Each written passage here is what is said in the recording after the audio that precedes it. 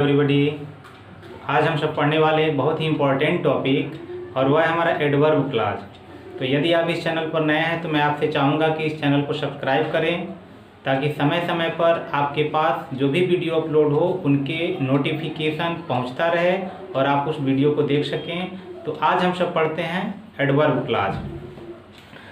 तो सबसे पहले यानी एडवर्ब क्लास हमारा सबऑर्डिनेट क्लास से रिलेटेड होता है। सबऑर्डिनेट क्लास के अंदर आता है नाउन क्लास, एडजेक्टिव क्लास और एडवर्ब क्लास। तो नाउन क्लास और एडजेक्टिव क्लास हम सब पिछले वीडियो में पढ़ चुके हैं। तो आज हम सब पढ़ने वाले हैं एडवर्ब क्लास। तो सबसे पहले हम एडवर्ब के बारे में देखते हैं कि एडवर्ब होता क्या है। तो एडवर्ब वही है कि जो हमारा वर्ब की विशेषता बताता हो। तो अब वर्ब की विशेषता बताने वाले जो भी हमारे शब्द हैं वह हमारे एडवर्ब कहलाते हैं। तो कैसे कहेंगे कि कौन हमारा एडवर्ब है, कैसे विशेषता बताता है। तो जो एडवर्ब है केवल वर्ब की ही विशेषता नहीं बताता है, वह तीन चीज़ों की विशेषता बताता है। पहला है वर्ब की विशेषता बताता है यानी वर्ब को मॉडिफाई करता है। दूसरा है एडजेक्टिव को करता है और तीसरा है वह एन अदर एडवर्ब। इन तीन चीज़ों को वह मॉडिफाई करता है। तो अब ये देखते हैं कि किस प्रकार से हम एग्जाम्पल के माध्यम से या किस प्रकार से तीनों को वर्ब, एडजेक्टिव और एन अदर एडवर्ब को या किस प्रकार से मॉडिफाई कर रहा है। तो पहला एग्जाम्पल हम ले लेते हैं, जैसे ही रन्स वेरी फास्ट। पहले वर्ब देखते हैं। तो ही रन्स फास्ट। तो अब यहाँ जो दिया है, जो फास्ट है वह रन्स की विशेषता बता रहा है। तो अगर जो भी वर्ब की विशेषता बताएगा वह एडवर्ब हुआ। तो हमारा यहाँ वर्ब की विशेषता बता रहा है, इसलिए यह भी हमारा एडवर्ब हो गया। दूसरा देखते हैं, अब इसी को लिख सकते हैं कि ही रन्स वेरी फास्ट। अब यहाँ फास्ट हमारा रन्स की विशेषता बता रहा है कि वह दौड़ता है। तो कैसा दौड़ता है? तो तेज दौड़ता है। तो इस तेज की भी विशेषता बताने के लिए एक एडवर्ब, अलग एडवर्ब प्रयोग किया गया है और वह एडवर्ब हमारा वेरी है। वह दौड़ता तेज है। तो कितना तेज? तो कह रहा है बहुत तेज दौड़ता है। तो यह हमारा जो प्रयोग हुआ एडवर्ब है यह एन अदर एडवर्ब, यानी इसको एन अदर एडवर्ब कह देंगे। यह एडवर्ब है तो यानी एन अदर एडवर्ब की विशेषता बताने के लिए वेरी आया है। तो यह एन अदर एडवर्ब की विशेषता बता दिया। अब एडजेक्टिव को देखते हैं कि किस प्रकार यह एडजेक्टिव को मॉडिफाई करता है। जैसे हो गया राम इज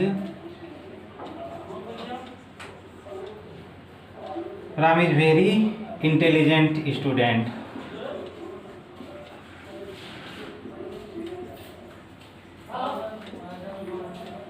तो हो गया Ram is a very intelligent student. तो यहाँ जो इंटेलिजेंट है वह इस नाउन की विशेषता बता रहा है, यानी जो इंटेलिजेंट है वह स्टूडेंट है। तो स्टूडेंट के पहले यहाँ इंटेलिजेंट आया है। तो अब इंटेलिजेंट हमारा एडजेक्टिव हुआ, ये हमारा एडजेक्टिव है। लेकिन इस एडजेक्टिव की भी विशेषता बताने के लिए एक शब्द प्रयोग हुआ है वेरी, कि वह इंटेलिजेंट तो है लेकिन कितना? तो बहुत इंटेलिजेंट है। तो यह जो हमारा वर्ड हुआ यह हमारा एन एडजेक्टिव को विशेषता बताने के लिए यह एडवर्ब प्रयोग किया गया है। तो इस प्रकार आई होप दैट आप इस एग्जाम्पल के माध्यम से एडवर्ब के बारे में समझे होंगे कि यह तीनों चीज़ों के बारे में वर्ब, एडजेक्टिव और अनदर एडवर्ब को क्वालिफाई करता है या मॉडिफाई करता है। तो अब ये जो एडवर्ब क्लास है उस एडवर्ब क्लास को हम पढ़ते हैं। तो एडवर्ब क्लास 9 प्रकार के होते हैं और उन 9 प्रकार को हम 1 बाय 1 करके पढ़ते हैं। तो हम पहला जो क्लास के अंतर्गत जो हम उसका पार्ट पढ़ने वाले हैं वह है हमारा एडवर्ब क्लास ऑफ टाइम। तो एडवर्ब क्लास ऑफ टाइम के अंतर्गत जो सबऑर्डिनेट कंजक्शन आते हैं वह सबऑर्डिनेट कंजक्शन है हमारे until, when, whenever, as soon as, while, before, after, till. यानी अनटिल जब तक नहीं, वेन जब, वेनेवर जब भी या जब कभी, एज सुन एज ज्यों ही जैसे ही, वाइल यानी के समय, बिफोर पहले, आफ्टर बाद, टिल तक। इसी तरह के और भी कंजक्शन हैं। तो इन कंजक्शन के माध्यम से हम कुछ उदाहरण को भी कनेक्ट करके कंबाइन करके देखेंगे कि दो या दो से अधिक जो छोटे छोटे सिंपल सेंटेंस होते हैं उनको जोड़ करके हम कॉम्प्लेक्स सेंटेंस में किस प्रकार से परिवर्तित करते हैं उसको हम देखते हैं। जैसे दिया है I will go to Firozabad, मैं फिरोजाबाद जाऊंगा, और I will bring some bangles for you, कि मैं फिरोजाबाद जाऊंगा और तुम्हारे लिए कुछ वहाँ से चूड़ियाँ लाऊंगा। तो अब इसमें से देखना है कि जो सबऑर्डिनेट कंजक्शन है कि किससे यह बेहतर से जुड़ जा रहा है। तो हम बेहतर से इसको जोड़ सकते हैं कि जब, यानी जब मैं फिरोजाबाद जाऊंगा तो तुम्हारे लिए कुछ मैं चूड़ियाँ लेकर के आऊँगा। तो यहाँ पर हम इसको यहीं से शुरू कर सकते हैं कि वेन आई, तो यहाँ जब दो, यह देखना है कि जब दो फ्यूचर टेंस एक साथ आते हैं तो जो किसी भी कंजक्शन से प्रारंभ होते हैं उनको प्रेजेंट इंडेफिनिट में लिखते हैं और दूसरा वाला जो वाक्य होता है उसको फ्यूचर में लिखते हैं। तो यहाँ पे हो जाएगा when I go to Firozabad,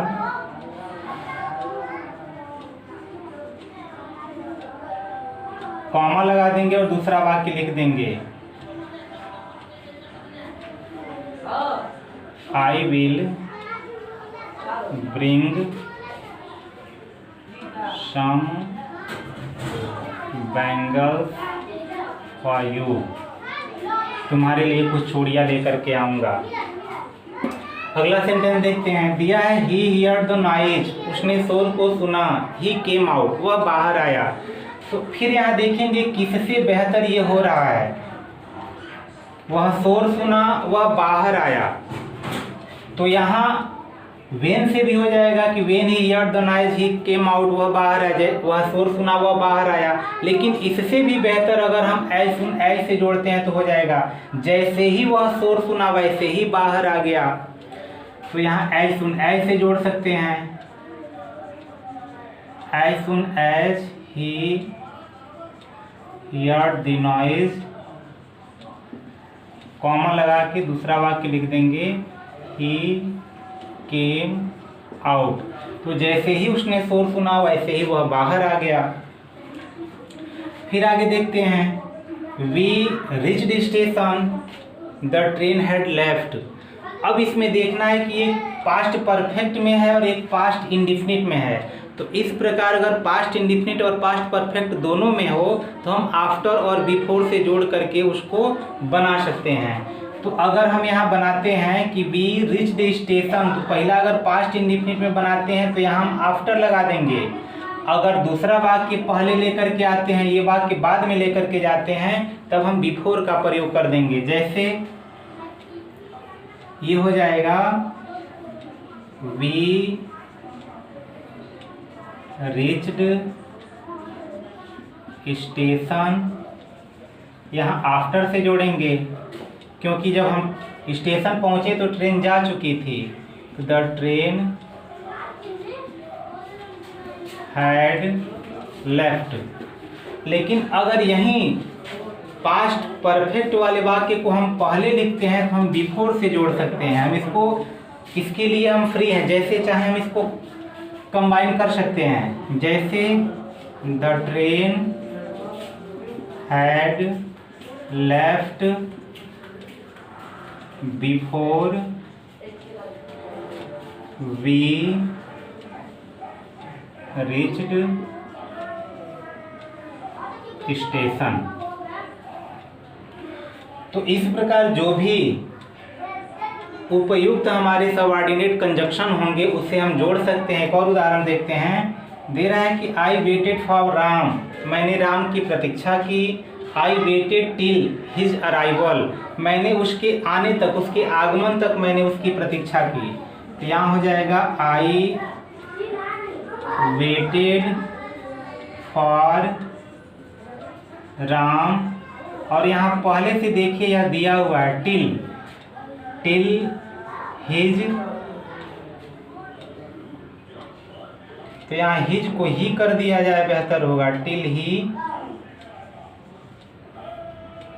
arrived, यानी जब तक वह आ नहीं गया तब तक मैंने उसकी प्रतीक्षा किया। तो I waited for Ram till he arrived, यानी जब तक वह पहुंच नहीं गया तब तक मैंने उसकी प्रतीक्षा की। तो इस प्रकार यह एडवर्ब क्लॉज ऑफ टाइम, क्योंकि ज़्यादा से ज़्यादा इसमें सबऑर्डिनेट कंजक्शन है, ज़्यादा से ज़्यादा अगर उदाहरण दिया जाएगा तो बहुत दिक्कत होगा। तो कुछ इसके हिसाब से आप लोग अपने हिसाब से भी समझ सकते हैं कैसे हम इसको जोड़ सकते हैं। जो भी सूटेबल वहाँ पर कंजक्शन आए उससे आप जोड़ सकते हैं। हमारा एडवर्ब क्लॉज ऑफ प्लेस है, उस एडवर्ब क्लॉज ऑफ प्लेस के अंतर्गत वेयर, वेयर एवर और वेंस आते हैं। तो इसको भी एक एक दो दो उदाहरण करके देखते चलते हैं। जैसे दिया है Modi went to many places और ही वॉज वेलकम एवरीवेयर, कि मोदी बहुत सारे जगहों पर गए और उनका हर जगह स्वागत किया गया। तो बहुवचन में है यानी प्लूरल नंबर में है, कई जगह गए हैं, तो इसलिए वेयर एवर। तो यहाँ लिख सकते हैं, पहले भी लिख सकते हैं कि वेयर एवर मोदी वेंट, जहाँ जहाँ भी मोदी गए, ही वॉज वेलकम्ड, उनका स्वागत किया गया। या दूसरा वाक्य पहले ला सकते हैं, मोदी वॉज वेलकम्ड, यहाँ कह सकते हैं वेयर एवर ही वेंट। यह दोनों तरह से आप इसको बना सकते हैं। तो दूसरा वाक्य पहले कर देते हैं, और ही मोदी के लिए आया तो वहाँ मोदी लिख देते हैं, Modi was welcomed, Modi was welcomed. और यहीं पर हम इस कंजक्शन का प्रयोग कर देंगे, वेयर एवर ही वेंट, जहाँ जहाँ वह गए वहाँ वहाँ उनका स्वागत किया गया। दूसरा है कि वेयर डू यू लिव, तुम कहाँ रहते हो, यू मे गो देयर, तुम वहाँ जा सकते हो। तो एक स्थान का वर्णन है, हम वेयर से जोड़ देंगे, दूसरे वाक्य को पहले लिख देते हैं, तो हो जाएगा यू मे गो। और देयर स्थान को बता रहा है, तो देयर हटा करके हम यहीं पर वेयर जोड़ देंगे, और वेयर यहाँ हो जाएगा यू लिव। तो यू मे गो, तुम जा सकते हो, वेयर वहाँ पर, यू लिव जहाँ पर तुम रहते हो। तो अब हम ये दूसरा हमारा एडवर्ब क्लॉज ऑफ प्लेस है। अब तीसरा पढ़ते हैं, जो एडवर्ब क्लॉज ऑफ रीजन है। तो रीजन मतलब कारण, तो कारण बताने के लिए अब यहाँ पे कुछ एग्जाम्पल दिए गए हैं। तो उसमें कंजक्शन का जो प्रयोग होना है बिकॉज है, यानी क्योंकि, एज, चूंकि, और सिंस मतलब यहाँ चूंकि। तो अब यहाँ पर दिया है ही डिड नॉट वर्क हार्ड, उसने परिश्रम नहीं किया, ही फेल्ड, वह फेल हो गया, असफल हो गया। अब यहाँ कारण बता रहा है कि वह क्यों फेल हो गया, क्योंकि उसने मेहनत नहीं किया था। तो इस वाक्य को हम पहले लिख देंगे, ही फेल्ड, वह असफल हो गया, और यहाँ पे बिकॉज से जोड़ देंगे, because he did not work hard, ये हो गया। दूसरा एग्जाम्पल देखते हैं, Ramesh was not there, Ramesh वहाँ नहीं था। I spoke to his mother, मैं उसकी माँ से बात किया, मैं उसकी माँ से जो भी बताना था बता दिया। तो अब यहाँ लिख सकते हैं एज, चूंकि रमेश वाज नॉट देयर, चूंकि रमेश वहाँ नहीं था इसलिए, इसलिए की अंग्रेजी नहीं लगी, कॉमा लगा के I spoke to his mother.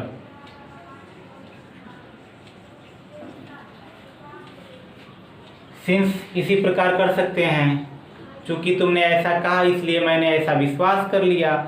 इस प्रकार से हम इसको हल कर सकते हैं। अब अगला एग्जाम्पल देखते हैं। अगले हम एडवर्ब क्लॉज को चौथे पार्ट को देखते हैं। दिया है कि एडवर्ब क्लॉज ऑफ कंडीशन के अंतर्गत हमको इफ और अनलेस का प्रयोग करना है। इफ का मतलब है यदि, और अनलेस मतलब होता है जब तक नहीं। तो दिया है इफ, तो यहाँ दिया है इट रेन, वर्षा होगी, I shall not go to market, मैं बाजार नहीं जाऊंगा। तो कंडीशन बता रहा है, शर्त है, यदि वर्षा होगी तो मैं बाजार नहीं जाऊंगा। तो इसलिए यहाँ हम इफ से इसको कनेक्ट करेंगे। तो इफ इट रेन्स, यदि वर्षा होगी, कॉमा लगा के I shall not go to market, मैं बाजार नहीं जाऊंगा। दूसरा सेंटेंस है वर्क हार्डर, अधिक परिश्रम करो, यू विल नॉट पास, पास नहीं होगे। तो कंडीशन दिखा दे रहा है, यदि तुम अत्यधिक परिश्रम नहीं करोगे तो उस समय तुम पास नहीं होगे। तो इसलिए हम इसमें ये कर सकते हैं कि जब तक तुम परिश्रम नहीं करोगे, तो यहाँ हो जाएगा unless you work harder, comma लगा के, यू विल नॉट पास। फिर पांचवा देखते हैं एडवर्ब क्लॉज ऑफ कंपैरिजन। तो एडवर्ब क्लॉज ऑफ कंपैरिजन के अंतर्गत सो एज और देन का प्रयोग होता है। तो एज जब वाक्य पॉजिटिव में हो, पॉजिटिव डिग्री के साथ, सो एज पॉजिटिव डिग्री के साथ, लेकिन वो वाक्य नेगेटिव में हो, और देन कंपैरेटिव डिग्री में प्रयोग करते हैं। जैसे दिया है ही इज वाइज, वह बुद्धिमान है, यू आर इक्वली वाइज, तुम भी समान रूप से बुद्धिमान हो। तो दोनों बराबर हैं, और ये दोनों वाक्य जो है अफर्मेटिव में है, तो अफर्मेटिव वाक्य होने पर हम इसको एज का प्रयोग करेंगे। तो यहाँ हो जाएगा he is as wise as you. तो ही इज एज, इस वाइज से तुलना किया गया, तो वाइज के पहले एज फिर एज। अब इसमें भी वाइज है, इसलिए किससे तुलना किया जा रहा है? तुमसे। तो यानी he is as wise as you, कि वह भी उतना ही बुद्धिमान है जितना कि तुम हो। अगला देखते हैं कि ही इज मोर इंटेलिजेंट, वह अधिक बुद्धिमान है। आई एम लेस इंटेलिजेंट, मैं थोड़ा बुद्धिमान हूँ। तो एक को अधिक एक को कम दिखाया गया था, कंपैरेटिव डिग्री यानी देन से इसको तुलना करेंगे। तो यहाँ हो जाएगा he is more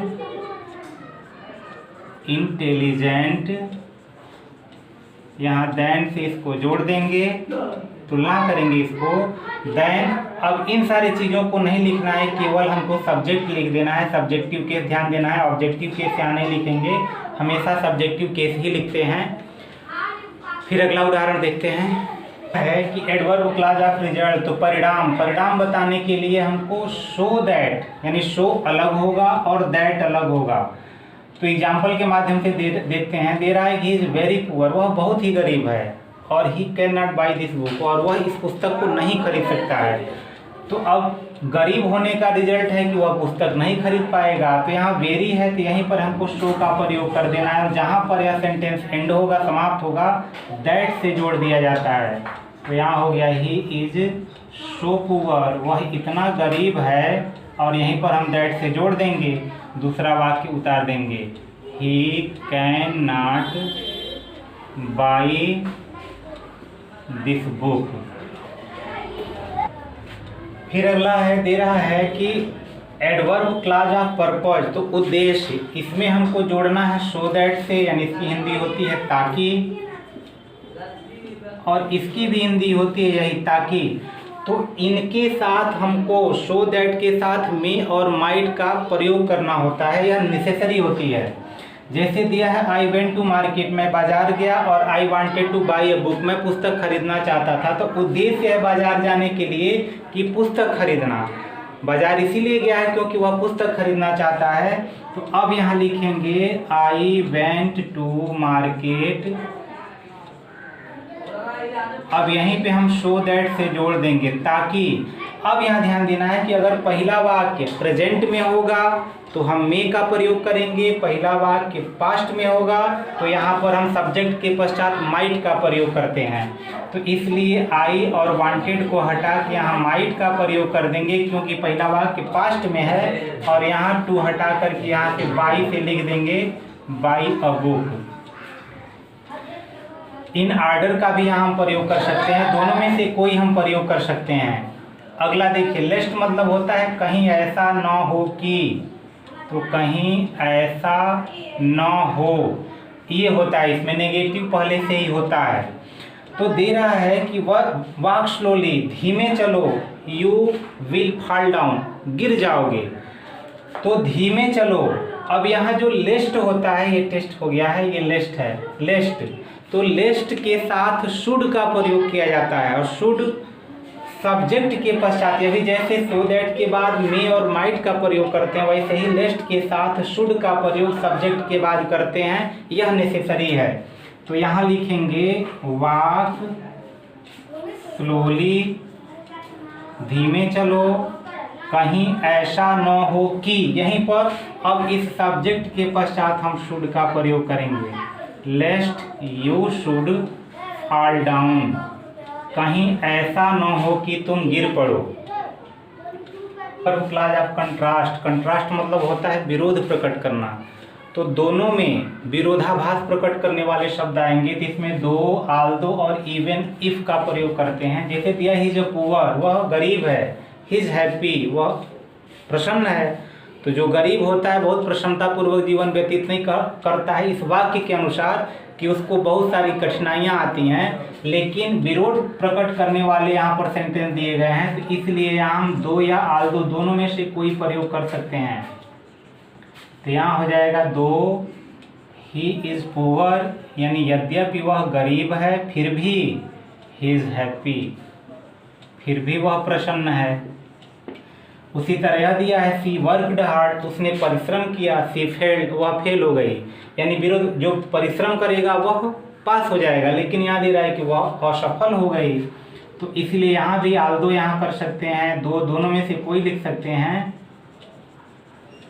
Aldous she worked hard